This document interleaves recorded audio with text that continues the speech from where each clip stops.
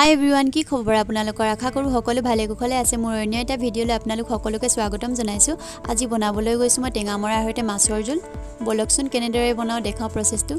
এফালে টেঙামৰা পাত লৈছোঁ, মাছ লৈছোঁ, পিঁয়াজ লৈছোঁ, তেজপাত এখিলা লৈছোঁ আৰু আদা নহৰু অকণমান থেতেলিয়াই লৈছোঁ।